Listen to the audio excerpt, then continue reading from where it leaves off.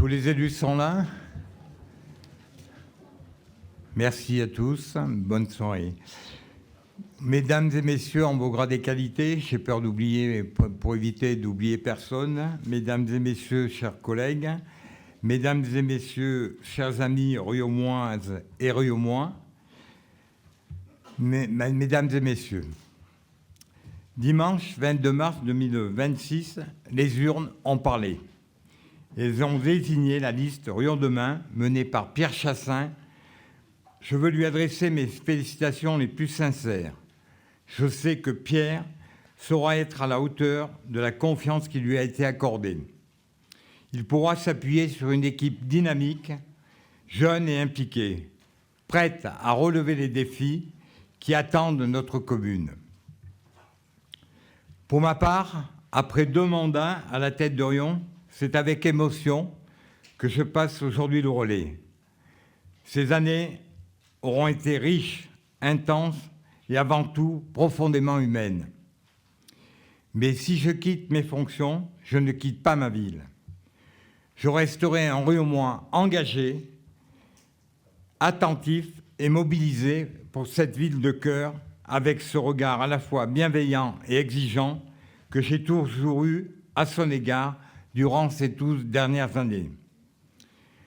Je tiens à remercier chaleureusement l'ensemble des élus de ma mandature qui ont œuvré à mes côtés avec engagement et fidélité. Certains pendant 6 ans, d'autres durant ces 12 années complètes. Leur implication a été précieuse à chaque étape. Mes remerciements tout particuliers à Roxane, Marion et Alexia.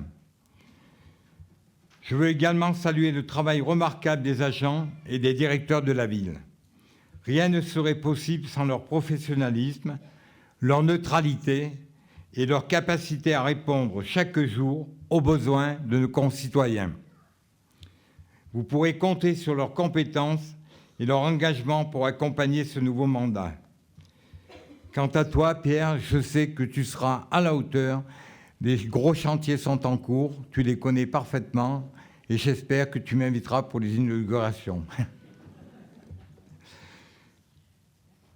Je vous remercie et je souhaite à tous et à toutes une excellente continuité au service de notre ville. Merci à tous.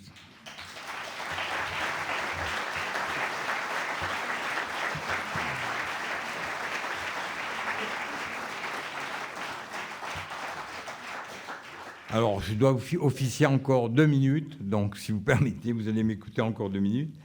Comme le stipule l'article L. 2122-8 du Code général des collectivités territoriales, la séance au cours de laquelle il est procédé à l'élection du maire est présidée par le doyen d'âge. Je passe donc la parole à Jean-Louis Reynaud. À noter que si Jean-Louis est le doyen d'âge, c'est que le conseil s'est rajeuni. Bonne séance d'installation du conseil municipal. Bonne soirée à tous.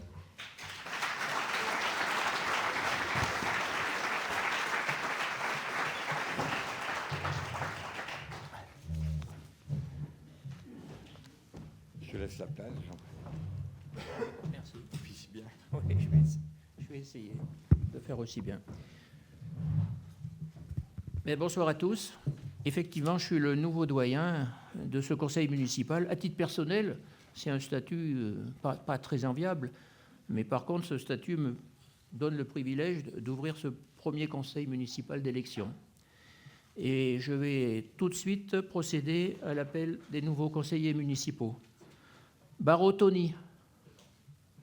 Berthélémy Hélène. Bonnet Pierre.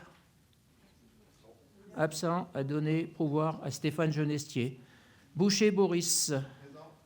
Carrette Joanne. Caseville Lisa. Champel Nadine. Chassaing Pierre. Chinchol Camille. Cantal Sylvie.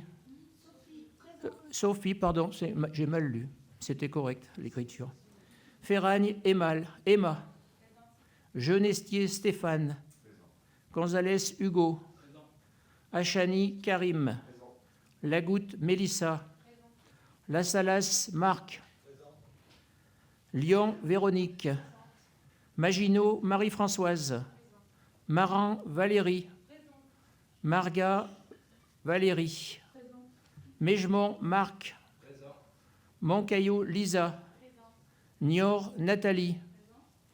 Pires-Bonne Christine. Reynaud Jean-Louis, présent. Renard Jean-Baptiste a donné pouvoir à Marine Turquois. Roussel Sandrine. Saron Sandra. Touvenin Baudois. Tilly Antoine a donné pouvoir à Joanne Carrette. Turquois Marine. Verdier Pierre. Vermorel Pierrick. Le quorum est largement atteint. On va pouvoir commencer cette séance.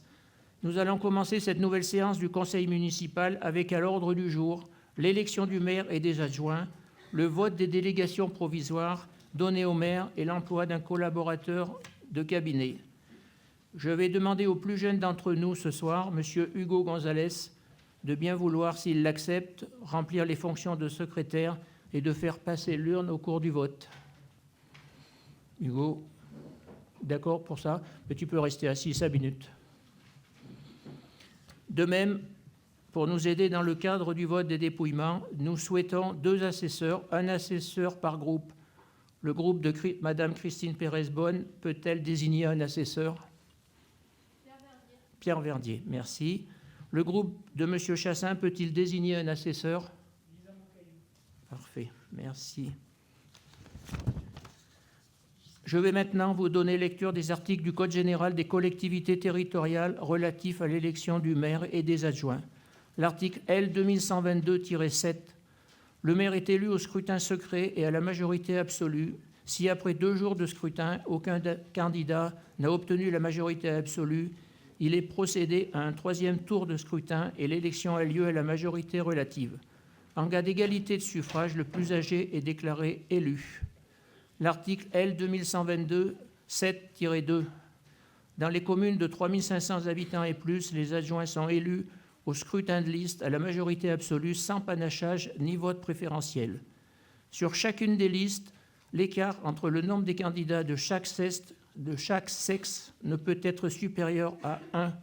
Si, après 2 tours de scrutin, aucune liste n'a obtenu la majorité absolue, il est procédé à un 3e tour de scrutin et l'élection a lieu à la majorité relative.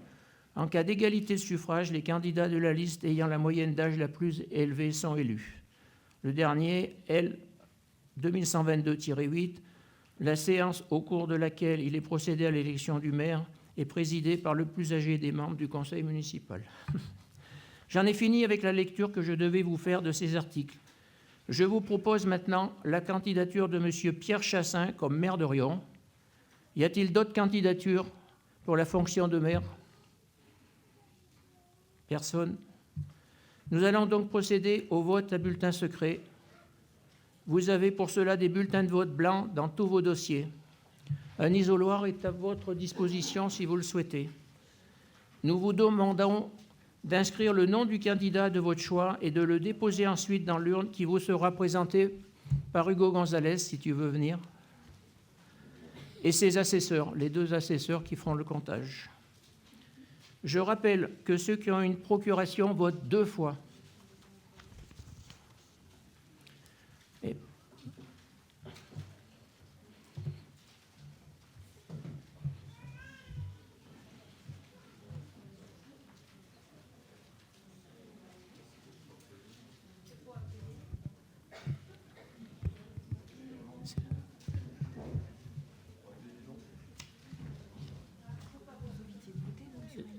Hein? Faut pas que vous obligez de voter, vous. Ah oui, oui, bien sûr. Mais oui, c'est ma place là-bas. Je vais aller. Il faut faire le tour.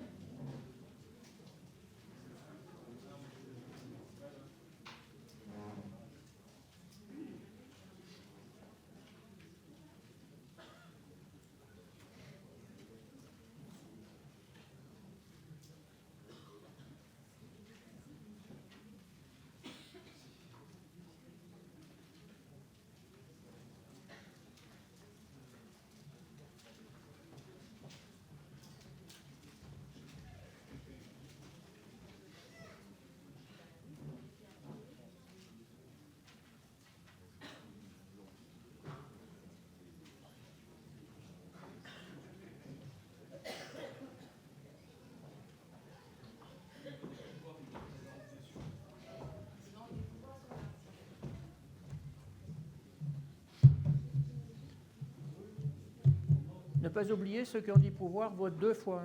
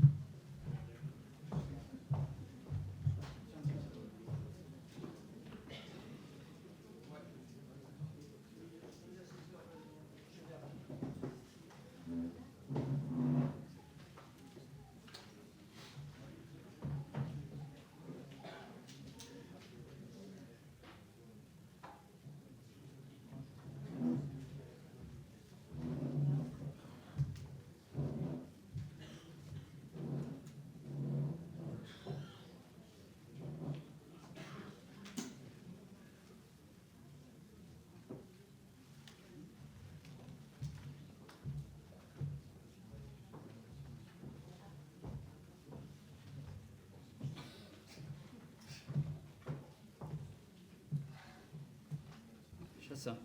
Monsieur Pierre Chassaing.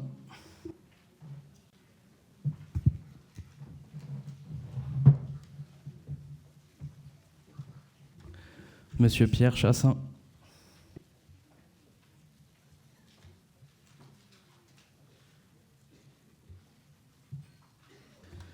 Monsieur Pierre Chassaing.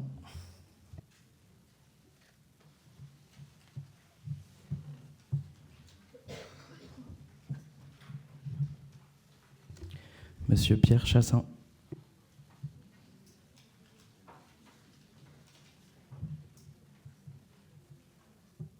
Monsieur Pierre Chassaing.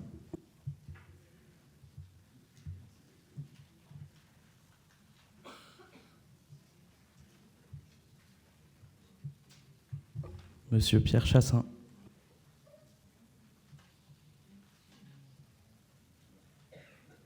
Blanc.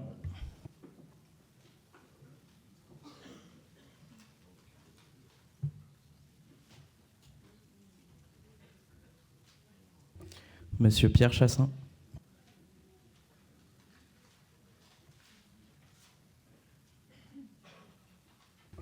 Monsieur Pierre Chassaing.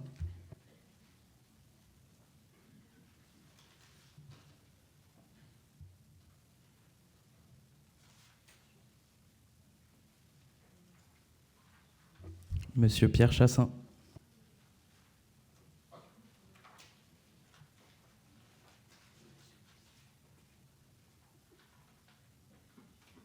Blanc.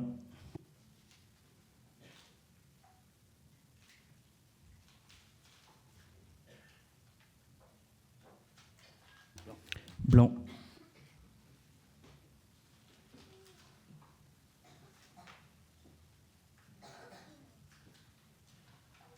Monsieur Pierre Chassaing.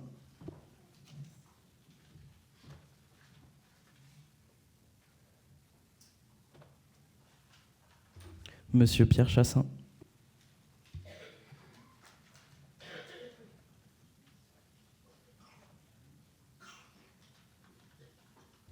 Monsieur Pierre Chassaing.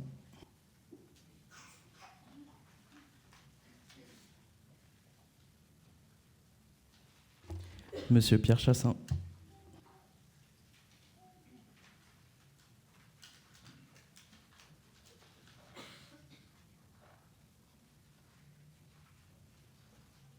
Monsieur Pierre Chassaing.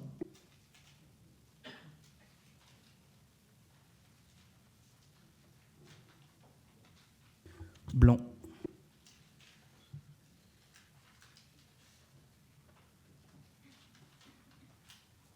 Blanc.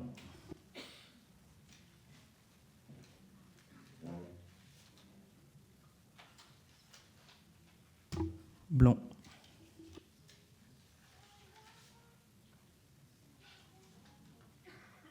Monsieur Pierre Chassaing.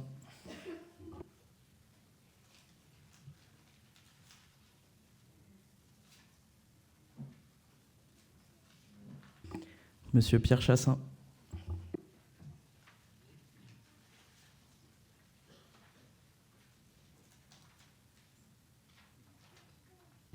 Monsieur Pierre Chassaing.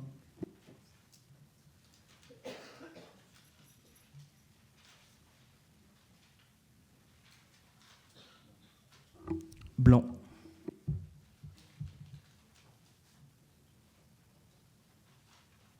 Monsieur Pierre Chassaing.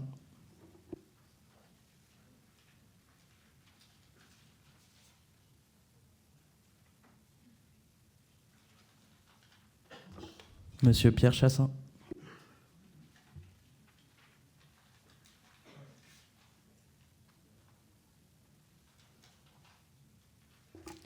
Monsieur Pierre Chassaing.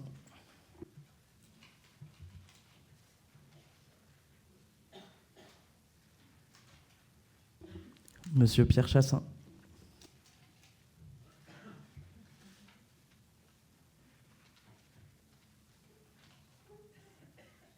Monsieur Pierre Chassaing.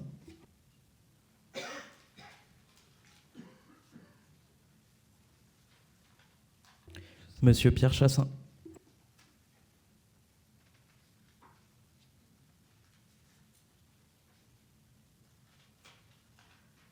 Monsieur Pierre Chassaing.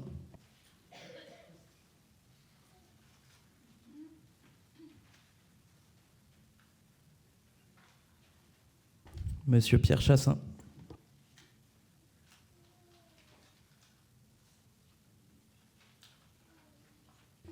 Monsieur Pierre Chassaing.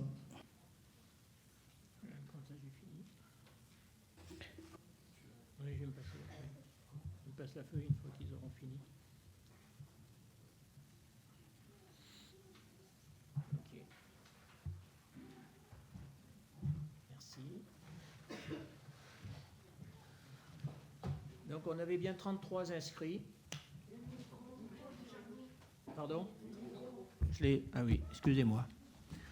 On a bien donc 33 inscrits, 33 votants. Monsieur Pierre Chassaing a obtenu 26 votes et 7 blancs, ce qui fait bien 33. Monsieur Pierre Chassaing est donc officiellement élu maire de Riom et je vais lui remettre son écharpe.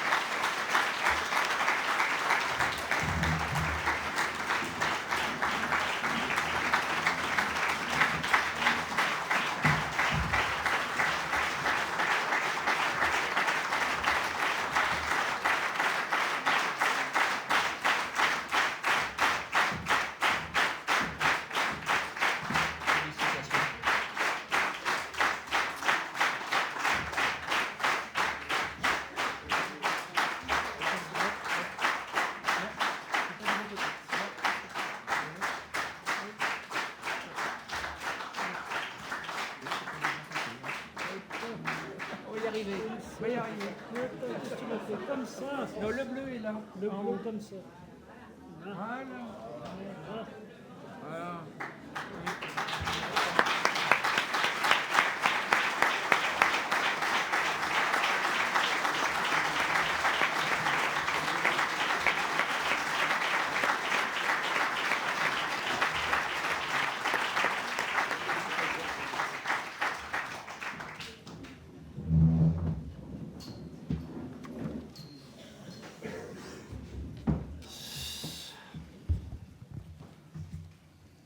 Tac.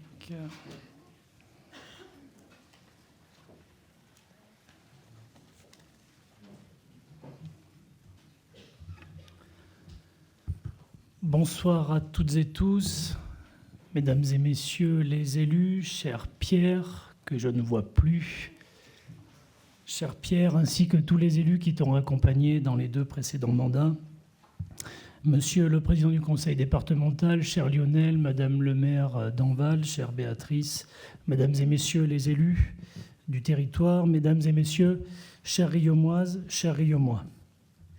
C'est avec une émotion sincère et un profond sens des responsabilités que je m'adresse à vous ce soir, au moment où vous venez de m'élire maire d'Orient.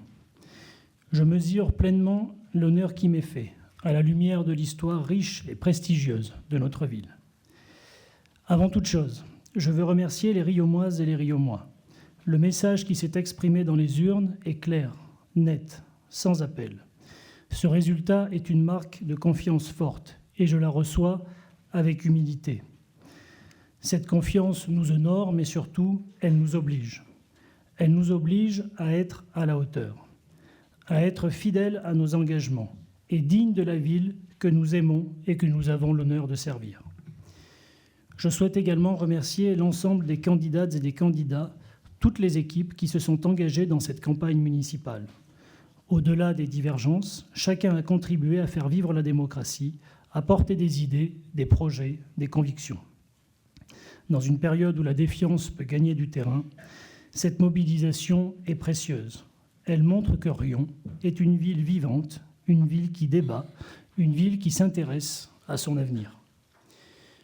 Je veux enfin remercier celles et ceux qui ont été au cœur de cette campagne, mes colistiers, nos soutiens, nos bénévoles, les militants de l'ombre et aussi les familles qui acceptent les contraintes de cet engagement, dont la mienne bien évidemment. Une campagne municipale est une aventure humaine. Elle demande de l'énergie, du temps, de la disponibilité, parfois même des sacrifices. Vous avez mis non seulement de l'énergie, mais aussi beaucoup de cœur dans votre engagement. Les Riaumois l'ont senti, ils en ont été touchés. Ce soir, je veux vous dire ma gratitude et mon respect.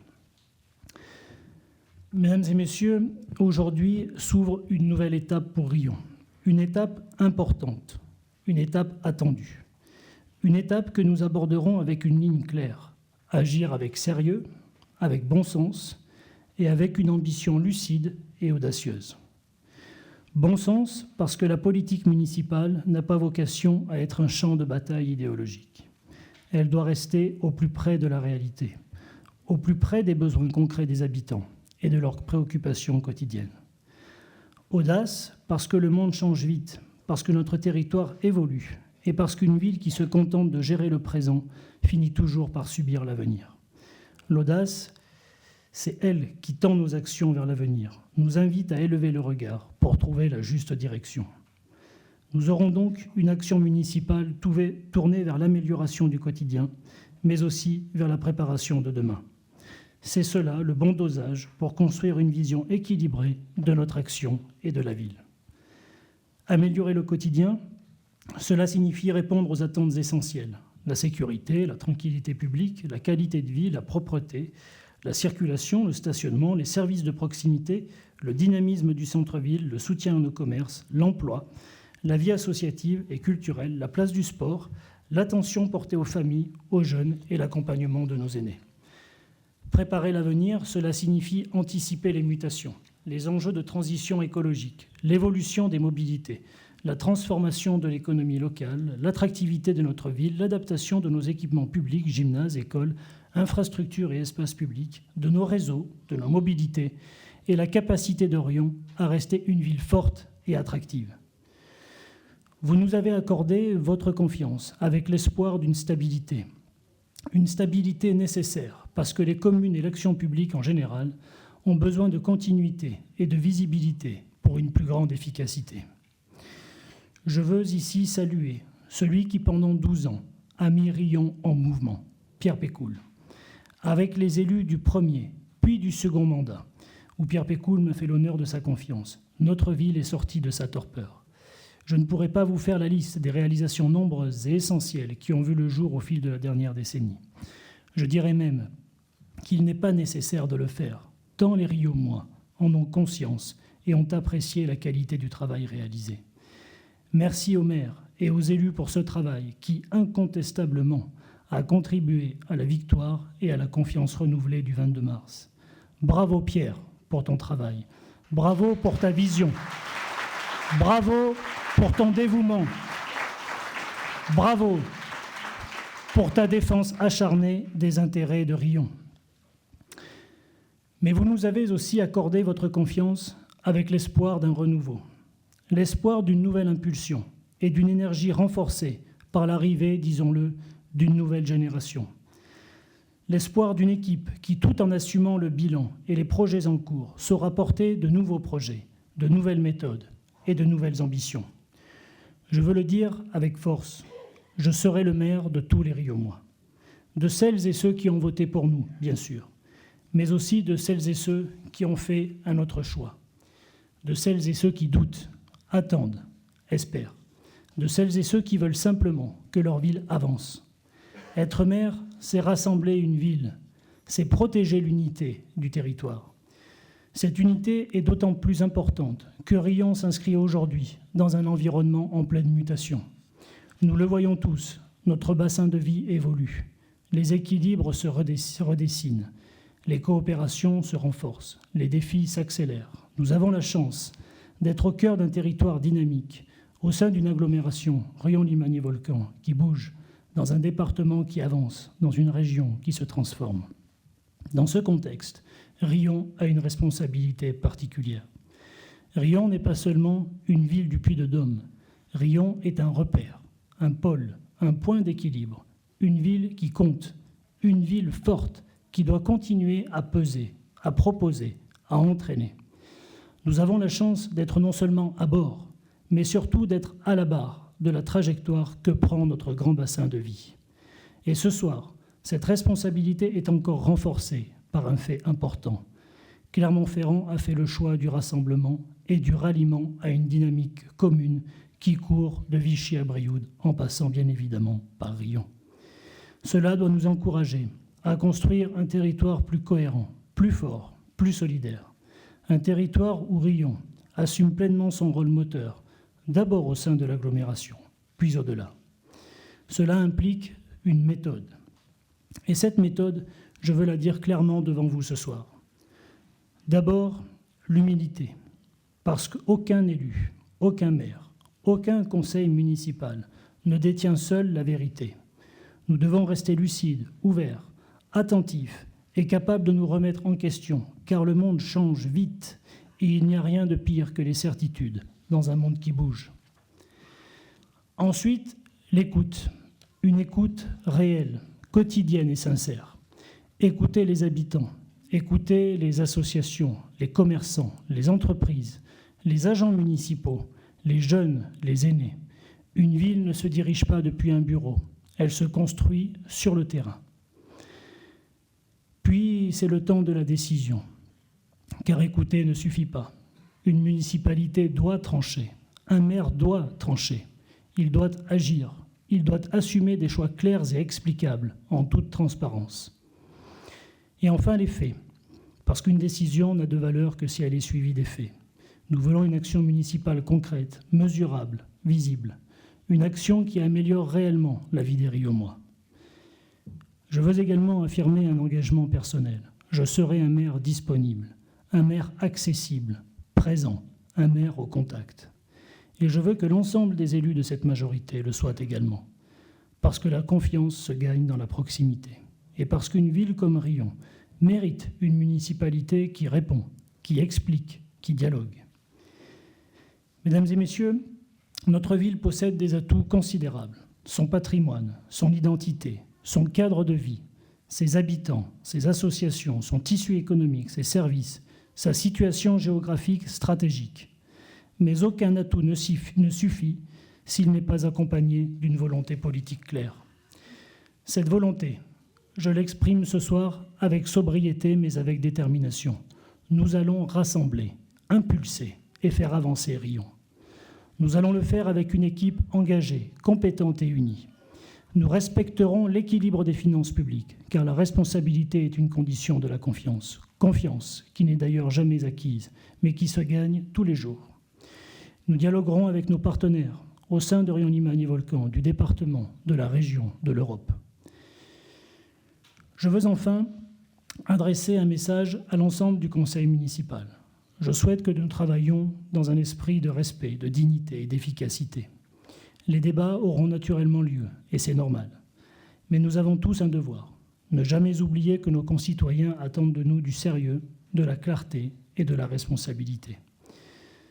Ce mandat qui commence sera un mandat d'action pour renforcer la sécurité et la tranquillité des Riaumois, pour accompagner notre jeunesse dans ce monde incertain, pour dynamiser notre ville et renforcer ses liens avec ses différents quartiers, pour soutenir les familles, respecter nos aînés, épauler les plus fragiles, pour préserver notre cadre de vie et préparer l'avenir.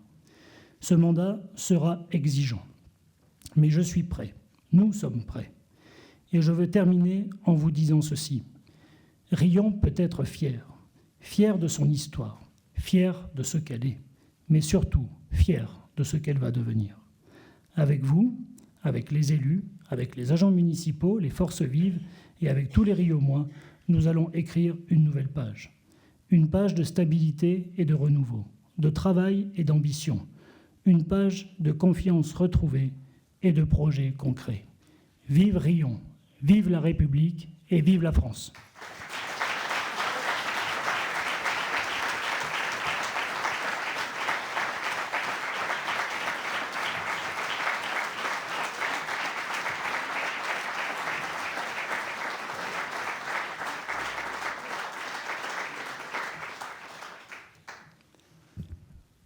Merci beaucoup. Une question ? Une question, oui. M'autorisez-vous quelques mots au nom du groupe Riom Dynamique et Solidaire ? Allez-y. Merci, Monsieur le maire. Monsieur le maire, Mesdames et Messieurs les élus, dimanche dernier, les Riaumoises et les Riaumois se sont exprimés clairement et ont accordé la majorité des suffrages à la liste Riom Demain que vous meniez. Le vote est souverain. Vous êtes aujourd'hui le nouveau maire de Riom et nous vous adressons à vous et à toute votre équipe nos félicitations républicaines et nos vœux de réussite pour les Riaumoises et les Riaumois. Vous avez gagné. J'insiste sur ce point pour éviter que mes propos à suivre ne soient interprétés à tort, voire caricaturés comme ceux d'une mauvaise perdante. Reconnaître une victoire n'interdit pas de dire des choses avec lucidité. Parce que les chiffres de dimanche doivent en effet nous alerter, en tout cas alerter toutes celles et tous ceux qui, comme nous, aiment la démocratie. Pourquoi je dis ça ? Parce que le premier parti victorieux dimanche, malheureusement, c'est celui des abstentionnistes, loin devant la liste arrivée en tête. Au deuxième tour de ces élections municipales, l'abstention atteint 40,12%. Cette situation n'est pas propre à Riom, nous le savons, mais nous mesurons bien que 5 153 électeurs de notre commune ne se sont pas prononcés lors de ce scrutin. L'abstention ne cesse de progresser partout en France et elle n'épargne désormais même plus les élections municipales qui étaient jusqu'alors un scrutin prisé des électrices et des électeurs. Cette abstention est le signe d'un lien de plus en plus distendu entre les Françaises et les Français et la politique au sens noble du terme. C'est le signe qu'il nous faut continuer à travailler pour préserver et restaurer ce lien de confiance entre l'action publique et les citoyennes et les citoyens. Je souhaite aussi remercier, au nom de tous les membres de la liste que j'ai eu l'honneur de mener, les 3 365 Riaumoises et Riaumois qui ont voté pour notre liste. Les 7 élus de l'opposition que nous sommes siégeront au sein d'un groupe unique, Riom Dynamique et Solidaire, conformément au courrier que vous a fait parvenir M. Boris Boucher. La boussole de notre action au sein de ce conseil municipal sera, comme elle l'a toujours été, l'intérêt général. Nous serons à l'écoute et disponibles pour l'ensemble des Riaumoises et des Riaumois. Nous serons un groupe d'opposition sérieux, déterminé, constructif et respectueux, à l'image d'ailleurs de la campagne que nous avons menée. Une campagne électorale se doit d'ailleurs toujours être un débat d'idées, une opposition de programme, de vision, de priorités pour une ville. Nous avons des points de désaccord, c'est bien normal. Et c'est tant mieux. La diversité des points de vue est essentielle à la démocratie, elle en est même la richesse. Néanmoins, la confrontation des idées n'empêche pas le respect. Je veux le dire ici avec gravité et sans détour, cette campagne a été particulièrement difficile. Elle a été marquée par des attaques visant plusieurs membres de notre liste, et pas uniquement la nôtre d'ailleurs, des attaques personnelles, répétées, injustes, parfois violentes, y compris avec l'agression physique d'un de nos colistiers lors d'un porte-à-porte. Il a d'ailleurs déposé plainte pour ces faits. Ce climat n'est pas anodin. Il abîme le débat démocratique, il décourage l'engagement et conforte nos concitoyens dans l'idée que certains de leurs responsables politiques de tous bords ne sont là que pour polémiquer. Il fragilise notre vie publique locale. Certaines attitudes observées jusque dans certains bureaux de vote le jour même du scrutin, et je dis bien certains, sont venus franchir une ligne qui ne devrait jamais l'être dans une démocratie apaisée. Cela n'est pas acceptable et cela ne doit pas être banalisé. Une campagne électorale doit être exigeante, oui. Elle doit être engagée, oui. Mais elle doit rester digne. Elle doit opposer des idées, jamais des personnes. Nous espérons vivement que cette période est désormais close, non seulement dans les faits, mais aussi dans les comportements. Il est indispensable que le respect redevienne la règle pour tous les élus de ce conseil municipal, majorité comme opposition. Nous sommes toutes et tous élus dans ce même conseil municipal. Il me semble que nos concitoyens et concitoyennes aspirent à l'apaisement. Ils aspirent également à davantage de transparence. Et c'est donc à ce titre, Monsieur le maire, et pour terminer, que nous vous faisons une première proposition, que les séances du conseil municipal puissent à l'avenir être retransmises en direct sur Internet, afin que les Riaumoises et les Riaumois qui le souhaitent puissent avoir accès en temps réel à nos échanges et nos débats. Vous le savez, une petite commune de notre agglomération le pratique déjà depuis des années. Ça ne devrait donc pas être un problème technique. C'est un élément essentiel, nous semble-t-il, pour retisser ce lien que j'évoquais à l'instant et intéresser toute la population à la vie de notre cité. Je vous remercie.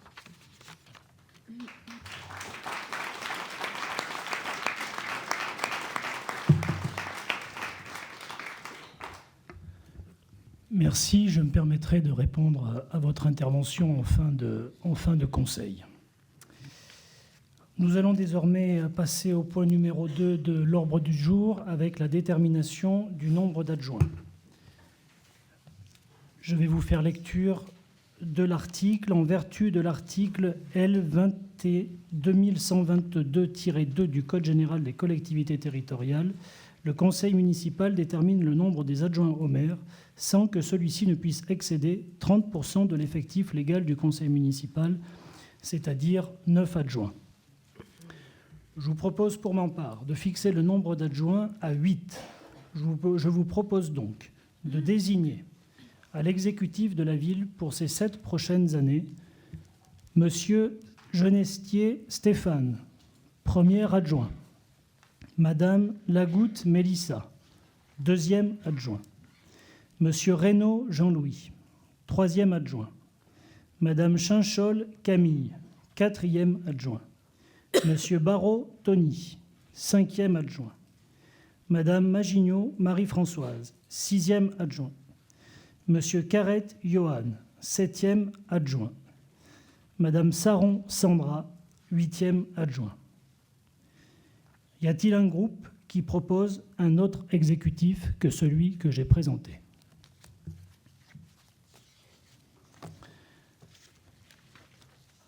Nous allons donc distribuer 2 documents. Un document avec la liste pré-remplie afin de gagner du temps et un document vierge. Et nous procéderons, comme pour l'élection du maire, avec la même démarche pour l'organisation d'un vote à bulletin secret. Je rappelle qu'un isoloir, est à votre disposition. Monsieur Hugo Gonzalez vous présentera l'urne et les 2 assesseurs précédents procéderont au dépouillement. J'ai gardé tes propositions.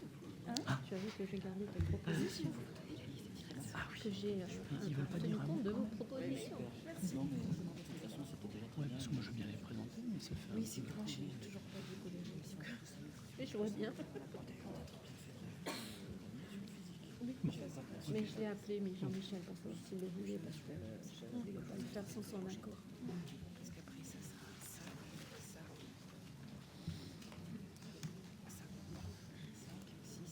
Elle est la 7e.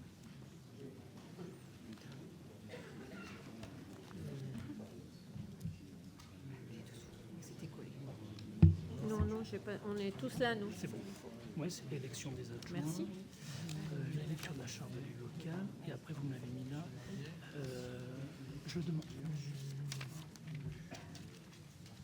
Regardez, j'ai fait passer, merci. On peut bien mettre un papier blanc. J'ai mis un blanc. Moi aussi, je ne vais pas mettre celui-là. Et à vous trois.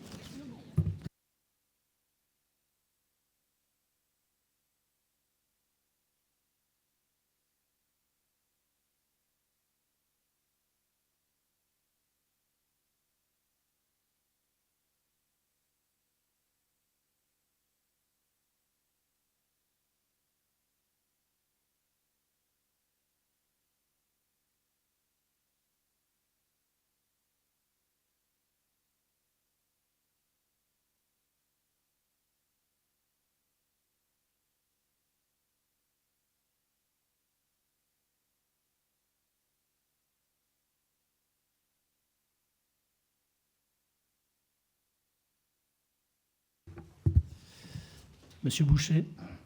Oui, monsieur le maire, pendant ce temps d'intermède, je voulais vous signifier que je souhaiterais poser une question en dehors de l'ordre du jour, à la fin du conseil. Très bien. Merci à vous. Merci.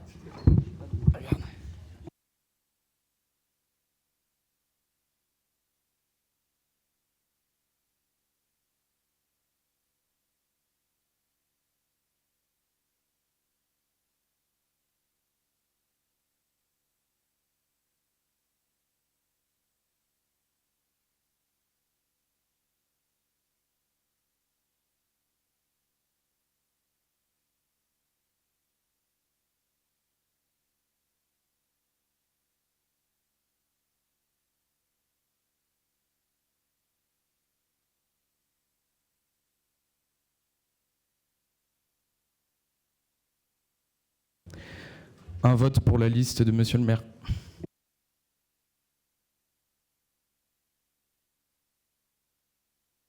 Un vote pour la liste de Monsieur le maire.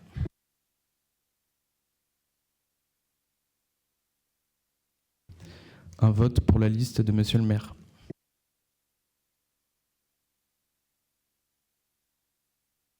Un vote pour la liste de Monsieur le maire.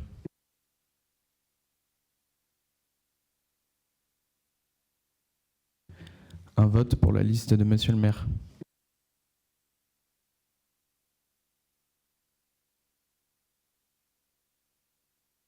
Un vote pour la liste de Monsieur le maire.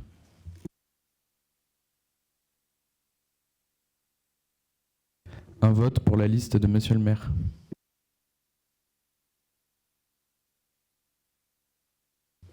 Un vote pour la liste de Monsieur le maire.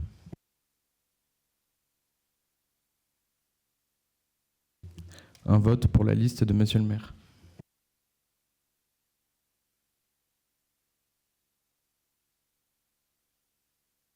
Un vote pour la liste de Monsieur le maire.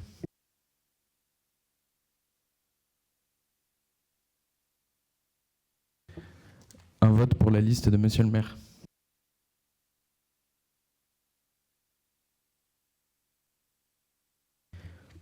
Un vote blanc.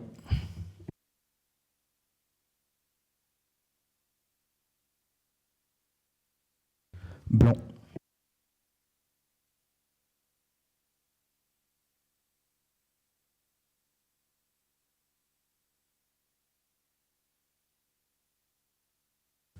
Un vote nul.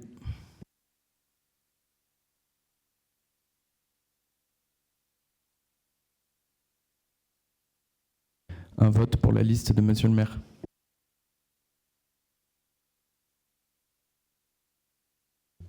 Blanc.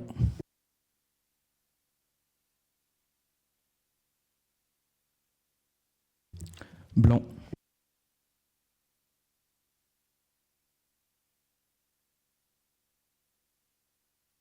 Blanc.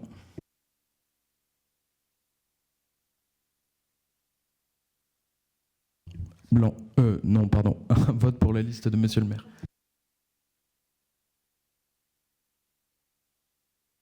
Un vote pour la liste de Monsieur le maire.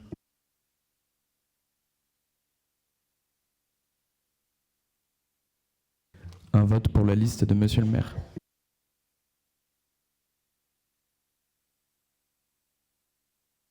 Un vote pour la liste de Monsieur le maire.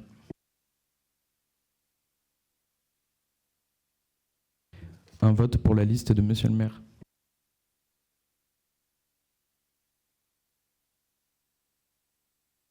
Un vote pour la liste de Monsieur le maire.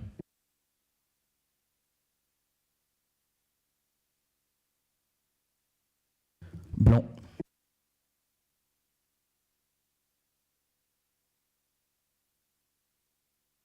Un vote pour la liste de Monsieur le maire.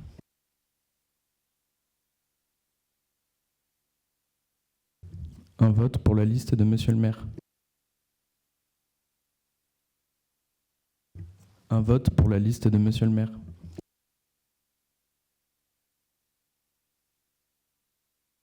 Un vote pour la liste de Monsieur le maire.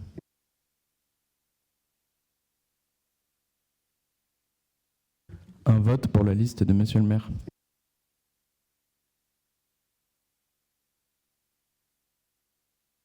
Un vote pour la liste de Monsieur le maire.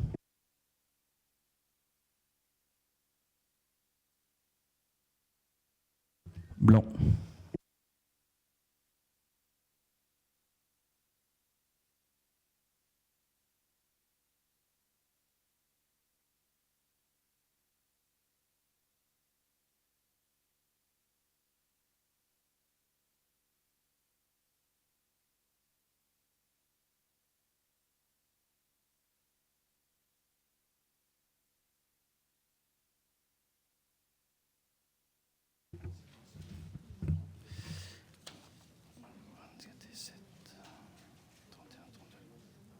Il manque un vote. J'en ai 32.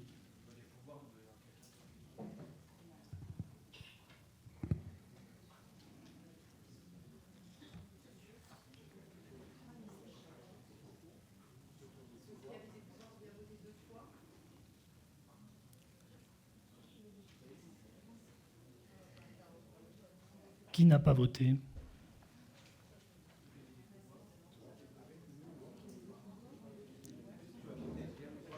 Faut recommencer.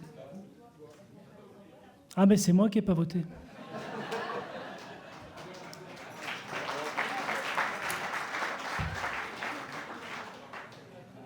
C'est moi qui n'ai pas voté. On recommence?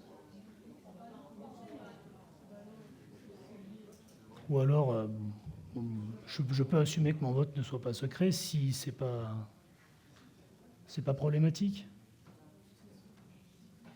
Je me fie à ce que vous me direz.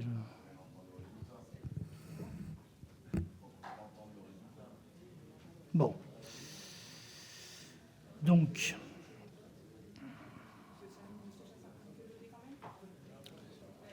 bah, moi, personnellement,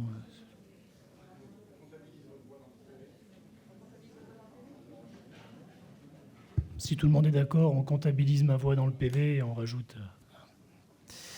Donc, la liste des adjoints est approuvée par 25 voix, 7 blancs et 1 nul. Et non, 25, 7 blancs, 1 nul.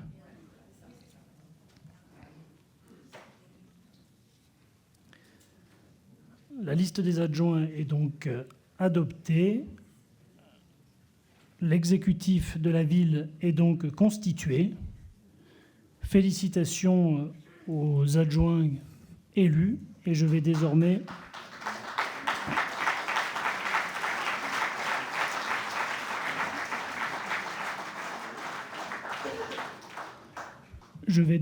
les appeler afin de leur remettre l'écharpe et ils s'installeront à mes côtés. Donc j'appelle dans l'ordre Monsieur Stéphane Genestier. L'écharpe.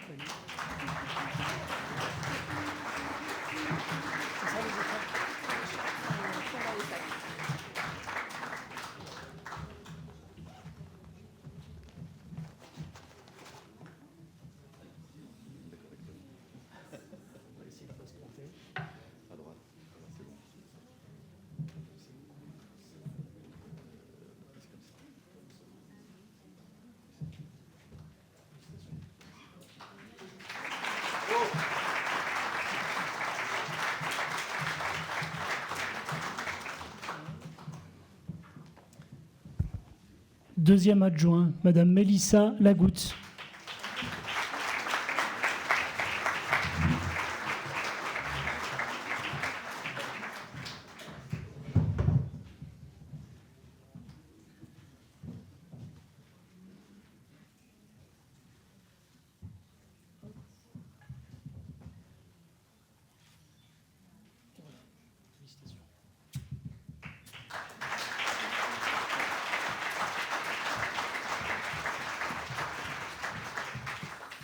Troisième adjoint, Monsieur Jean-Louis Reynaud.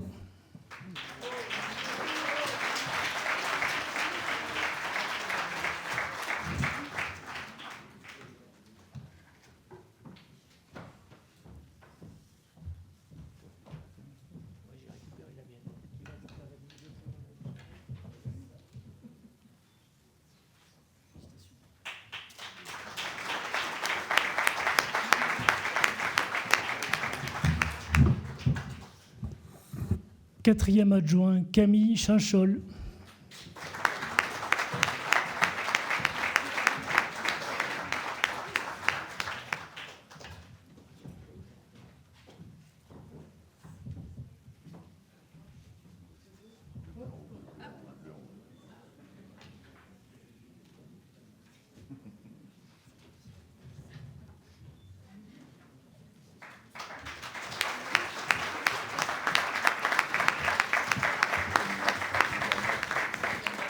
Cinquième adjoint, Monsieur Tony Barrault.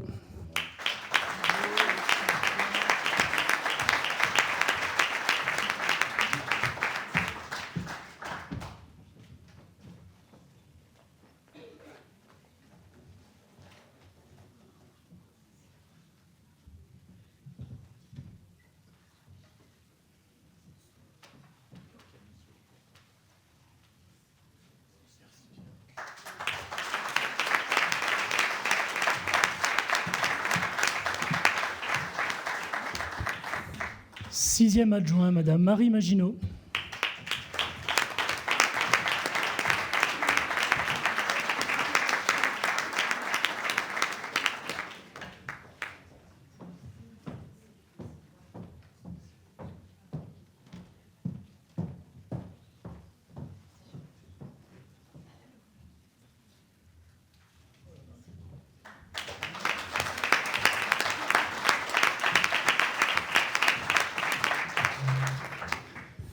Septième adjoint, Monsieur Johan Carrette.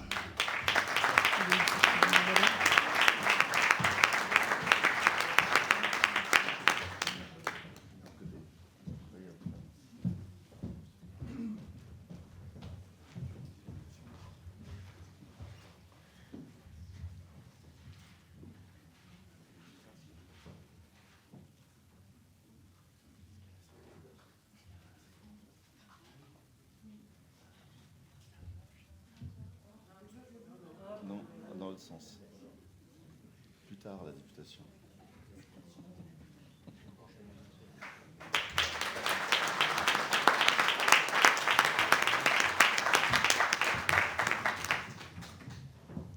Et 8e adjoint, Madame Sandra Saron.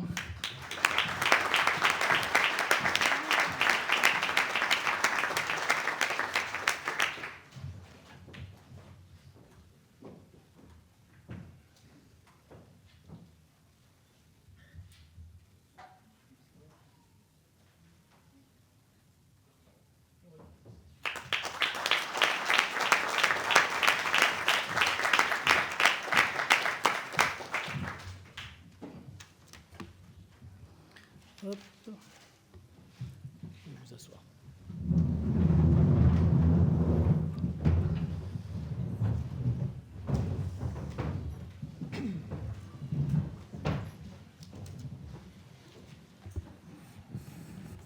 Monsieur Boucher.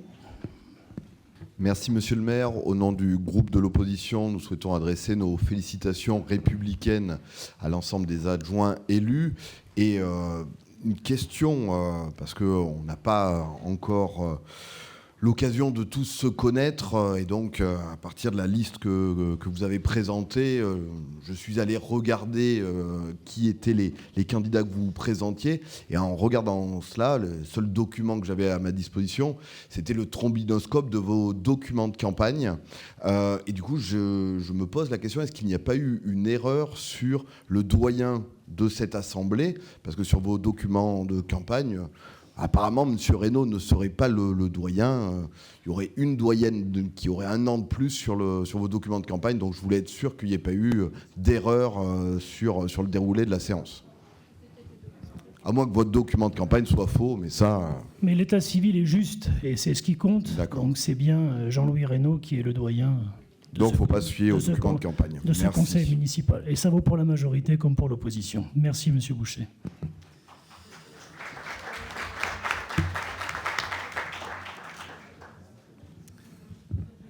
Je vais vous donner lecture de la charte de l'élu local prévue aux articles L-1111-13 et 1111-14 du Code général des collectivités territoriales. Dans l'exercice de son mandat, l'élu local s'engage à respecter les principes de liberté, d'égalité, de fraternité et de laïcité, ainsi que les lois et les symboles de la République. L'élu local exerce ses fonctions avec impartialité, diligence, dignité, probité et intégrité. Dans ce cadre, il poursuit le seul intérêt général à l'exclusion de tout intérêt qui lui soit personnel, directement ou indirectement, ou de tout autre intérêt particulier. L'élu local veille à prévenir ou à faire cesser immédiatement tout conflit d'intérêts réprimé par la loi. Lorsque ses intérêts personnels sont en cause dans les affaires soumises à l'organe délibérant dont il est membre, l'élu local s'engage à les faire connaître avant le débat et le vote. L'élu local s'engage à ne pas utiliser à d'autres fins les ressources et les moyens mis à sa disposition pour l'exercice de son mandat ou de ses fonctions. Dans l'exercice de ses fonctions, l'élu local s'abstient de prendre des mesures lui accordant un avantage personnel ou professionnel. L'élu local participe avec assiduité aux réunions de l'organe délibérant et des instances dans lesquelles il a été désigné. Issu du suffrage universel, l'élu local est et reste responsable de ses actes pour la durée de son mandat devant l'ensemble des citoyens de la collectivité territoriale à qui il rend compte des actes et des décisions pris dans le cadre de ses fonctions. L'élu local déclare dans un registre tenu par la collectivité territoriale les dons, avantages et invitations d'une valeur qu'il estime supérieure à 150 € dont il a bénéficié en raison de son mandat. Ne sont pas soumis à cette obligation déclarative les cadeaux d'usage et les déplacements effectués à l'invitation des autorités publiques françaises ou dans le cadre d'un autre mandat électif. Les élus locaux peuvent bénéficier du versement d'une indemnité pour l'exercice effectif de leurs fonctions électives et de la prise en charge des frais exposés dans ce cadre, dans les conditions prévues par la loi.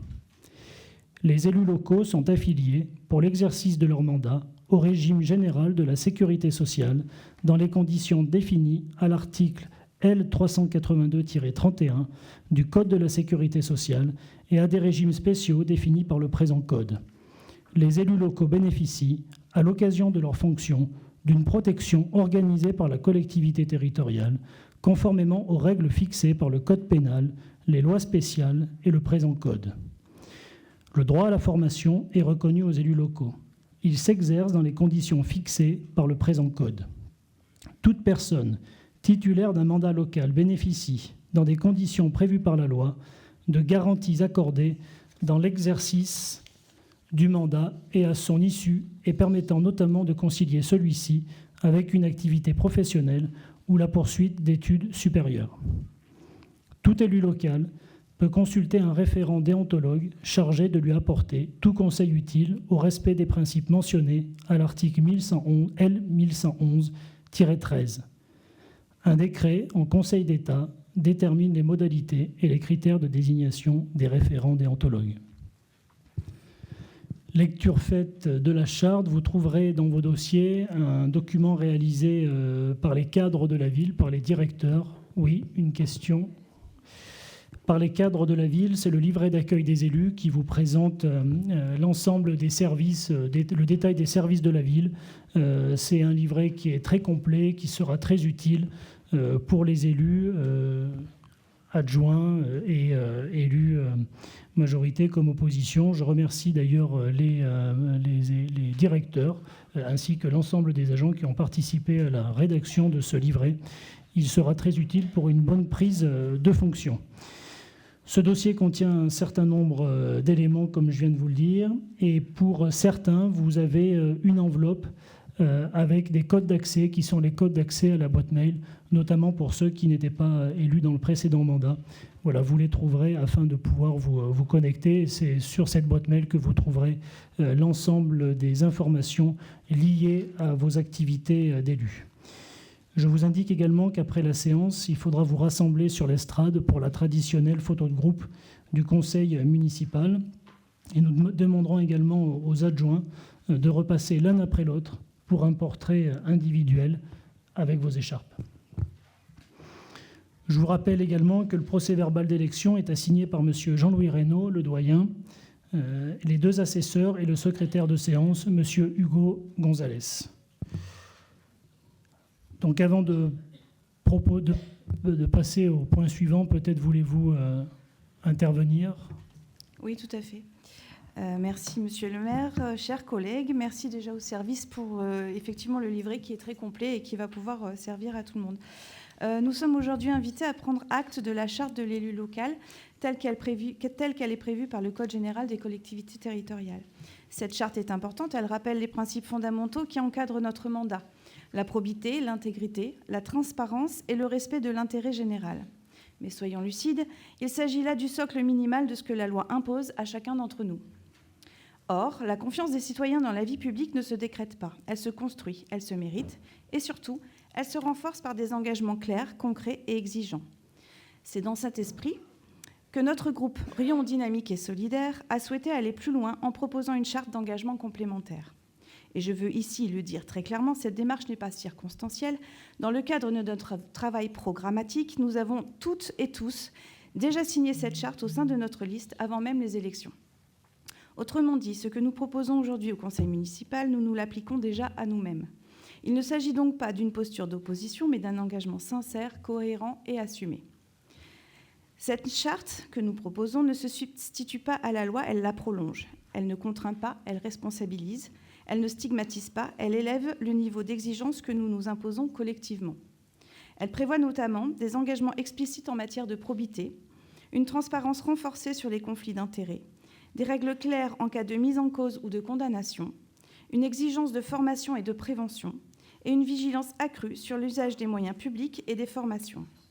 Autant d'éléments qui répondent à une attente forte de nos concitoyens, des élus exemplaires, responsables et irréprochables. Adopter cette charte, ça ne serait pas faire un geste politique, ce serait faire un geste de confiance envers les habitants de Riom. Ce serait dire clairement, nous ne nous contentons pas du minimum légal, nous choisissons l'exigence. C'est pourquoi nous invitons l'ensemble des élus de ce conseil municipal, quelle que soit leur sensibilité, à s'associer à cette démarche et à adopter cette charte d'engagement. Parce que l'exemplarité ne doit pas être une option, elle doit être une ambition commune. Car au fond, la vraie question est simple. Voulons-nous simplement être en règle ou être à la hauteur ? Je vous remercie. Du coup, excusez-moi, si on pouvait potentiellement mettre ça au vote, ce serait plutôt pas mal si on veut accepter cette charte, en fait. Mais personne n'en a eu lecture. C'est compliqué d'adopter quelque chose dont nous n'avons pas eu lecture. Eh bien, on peut la mettre au prochain conseil et on vous l'envoie. Vous pouvez nous l'envoyer, on en prendra connaissance et on statuera au prochain conseil municipal.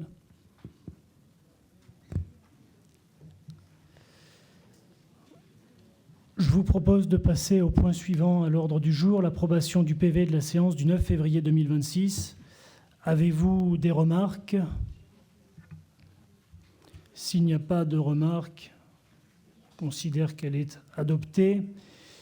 Le point numéro 6 porte sur les délégations provisoires données par le conseil municipal au maire.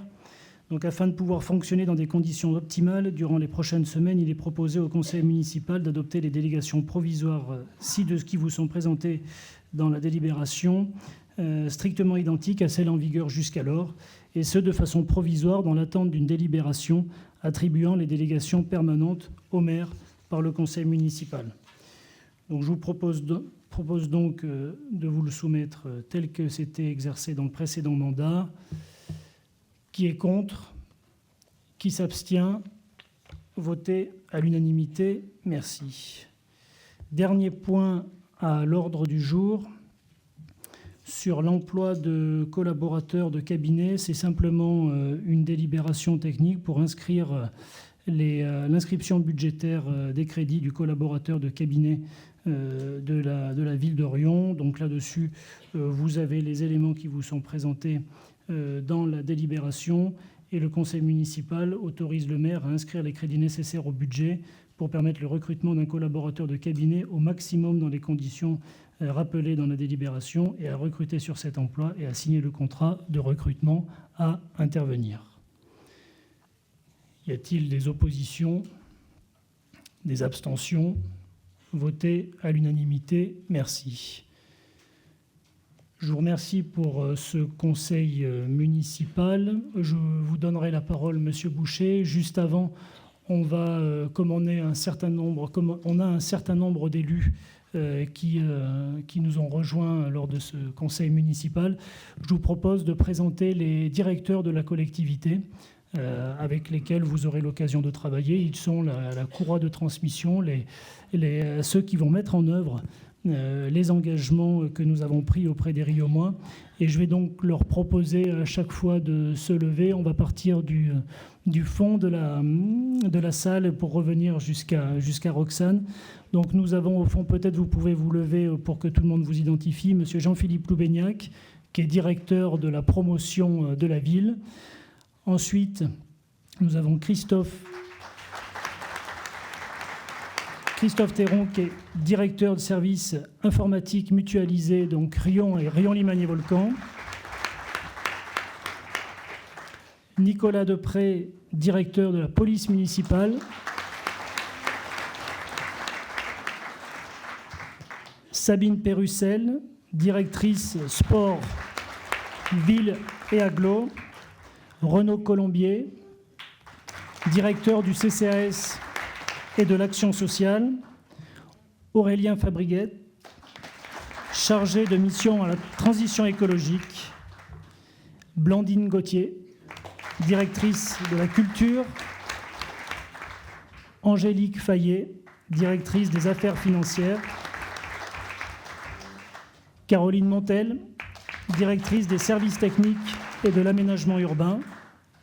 Sandrine Loudenot, directrice des ressources humaines, villes et agglo. Fabien Dugour, directeur grand projet la ville de Riom. Aline Pignol, responsable administration générale, qui prendra officiellement ses fonctions en juin 2026. Bienvenue dans ses fonctions. Et enfin, Roxane Pelletier, directrice générale des services pour quelques jours encore et directrice du pôle service à la population. Merci à vous toutes et tous de nous accompagner dans ce mandat. Merci aux adjoints qui vont dès demain dès lundi, disons, prendre leurs responsabilités, prendre contact avec les directeurs et les services. Avant de dire un mot de conclusion, je vous donne la parole, Monsieur Boucher. Merci, Monsieur le maire. Chers collègues, depuis fin janvier 2026, nous savons que 4000 postes seront supprimés dans l'éducation nationale à la rentrée de septembre prochain. Cette décision trouve aujourd'hui sa déclinaison dans le département du Puy-de-Dôme, avec une dotation de 20 postes en moins dans l'enseignement primaire, c'est-à-dire dans les écoles maternelles et élémentaires. Et dans le second degré public, pour les collèges et lycées, ce sont 49 emplois qui vont disparaître à la rentrée prochaine.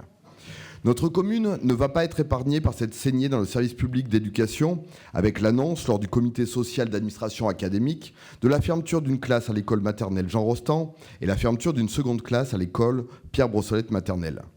Les libéraux et les fossoyeurs du service public, je ne sais pas s'il y en a dans la salle, justifient cette décision par une évolution démographique à la baisse. Or, de nombreuses académies rencontrent des difficultés pour assurer le remplacement des enseignants absents et la continuité des apprentissages. Par ailleurs, une étude de l'OCDE, l'Organisation de coopération et de développement économique, publiée en septembre 2025, souligne que la France se situe en deçà de la moyenne des pays membres en matière de taux d'encadrement, avec 21,3 élèves par classe en moyenne en primaire, contre 20 élèves par classe en moyenne dans l'ensemble des pays de l'OCDE. Nous considérons que la baisse démographique est ainsi l'opportunité d'améliorer les conditions d'enseignement en réduisant les effectifs par classe, en renforçant la prise en charge des élèves en difficulté scolaire, en améliorant le climat scolaire favorisant les apprentissages. Les élus du groupe Riom Dynamique et Solidaire dénoncent ces fermetures et expriment leur soutien au personnel, aux parents d'élèves et à l'ensemble de la communauté éducative mobilisée. Sur les 2 écoles riomoises concernées, quelques éléments à faire connaître. L'école Jean Rostand maternelle est menacée de la fermeture de sa 4e classe pour passer ainsi à 3 classes en septembre 2026. Il est inconcevable qu'un groupe scolaire ayant été rénové pour près de 10 millions d'euros se retrouve avec des classes quasi neuves mais sans élèves et sans enseignants à l'intérieur 3 ans après sa réouverture. Ensuite, les effectifs pris en compte pour cette fermeture ne tiennent pas compte des nouvelles inscriptions arrivées à ce jour et d'autres qui peuvent suivre d'ici la rentrée. Cette école compte aussi plusieurs élèves reconnus par la MDPH, la Maison départementale des personnes handicapées, dont des situations aiguës nécessitant un accompagnement par des AESH, accompagnant d'élèves en situation de handicap non nommés à ce jour. L'hétérogénéité et la mixité du public de cette école sont un atout, mais ne doivent pas masquer le travail lourd et exigeant mené par l'équipe éducative, notamment auprès des publics allophones et des enfants issus de la communauté des gens du voyage. Il faut ajouter, ce n'est pas un détail, que les moyens de décharge de direction baissent fortement en passant de 4 classes à 3 classes, diminuant le temps de la directrice d'école dédiée à la gestion administrative et la création de projets pédagogiques. Concernant l'école Pierre Brossolette maternelle, un certain nombre des éléments exposés précédemment sont également applicables, comme les inscriptions non prises en compte à ce jour. Il faut noter aussi que l'indice de position sociale, l'IPS, qui résume les conditions socio-économiques et culturelles des familles des élèves accueillis dans l'établissement, s'élève à 100,8 pour Brossolette, soit 6 points en dessous de la moyenne départementale de 106,9. Cette école accueille donc un public populaire avec des familles dans de réelles situations de vulnérabilité, dont certains enfants allophones arrivant en cours d'année 11 inscriptions supplémentaires durant l'année en cours et 19 enfants de familles itinérantes et de voyageurs. Ces spécificités doivent être entendues. Monsieur le maire, pardonnez-moi d'avoir été un peu long sur l'exposé de la situation. J'en viens à ma question, à laquelle j'ajoute une demande au nom de notre groupe. Monsieur le maire, quelle intervention comptez-vous mener avant le comité social d'administration départementale prévu le 2 avril et avant le conseil départemental de l'éducation nationale censé entériner ces décisions le 3 avril? La demande maintenant que nous vous faisons, si ces décisions venaient à être entérinées, la municipalité peut-elle prendre l'engagement de maintenir les postes d'ATSEM, les agents territoriaux spécialisés des écoles maternelles, affectés sur ces écoles? L'objet de cette demande est de maintenir une présence humaine suffisante dans ces classes, dont les effectifs vont augmenter, permettant ainsi d'épauler, comme elles le font aujourd'hui, les enseignantes et enseignants dans leur mission pédagogique. Je vous remercie.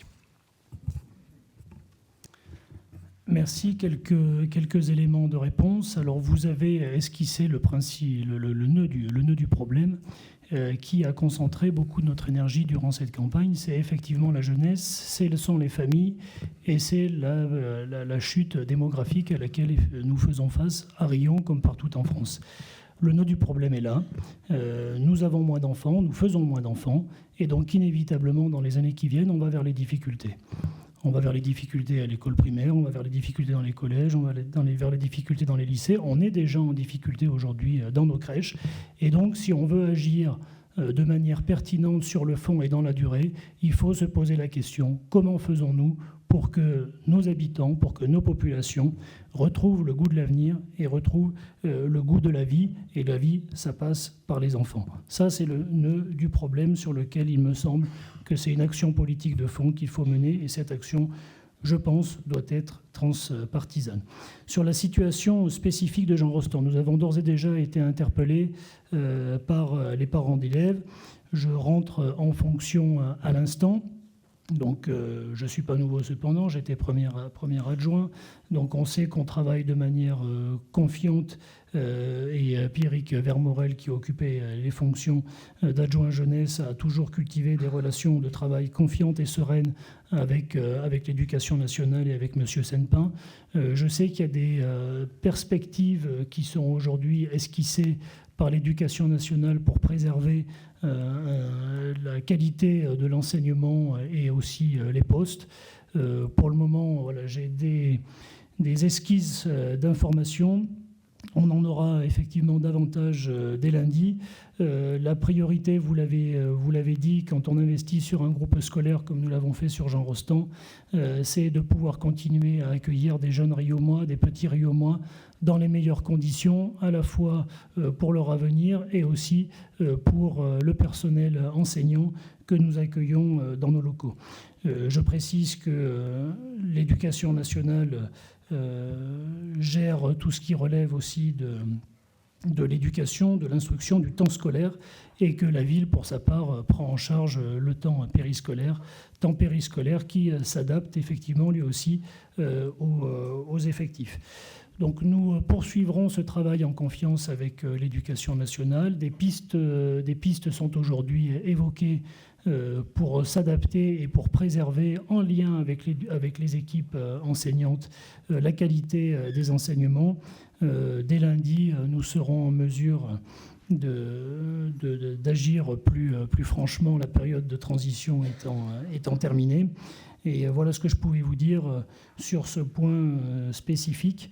En tout cas, on peut se donner rendez-vous lundi pour aller plus loin sur le sujet. Juste également, je vais, avant de conclure ce conseil municipal, je vais répondre à l'intervention de Madame Pires-Bonne.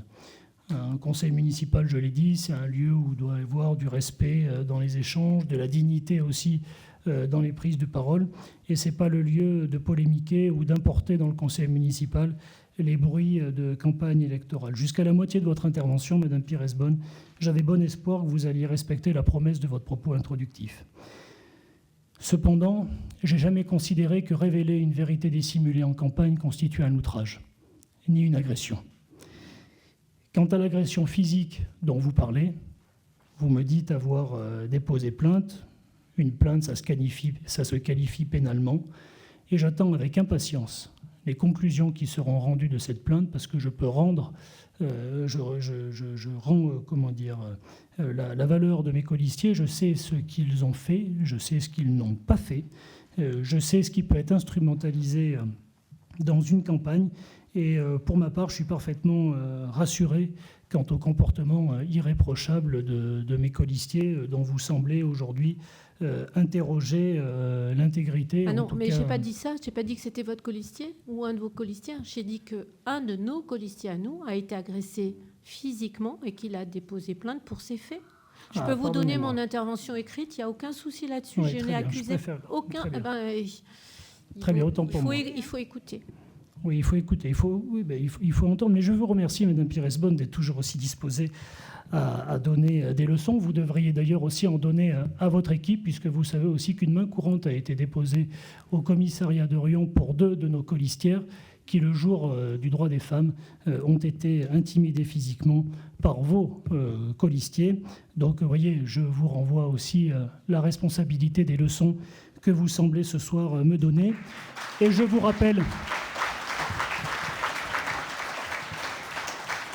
Et je vous rappelle aussi que dans l'entre-deux tours, un débat a été proposé, que si vous aviez des choses à me dire dans le cadre de la campagne électorale, c'était le moment de l'accepter, débat que vous avez courageusement refusé. Je vous en remercie. La campagne est désormais terminée. Oh, c'est quel courage!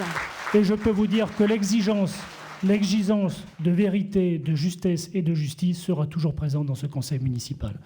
Je vous remercie.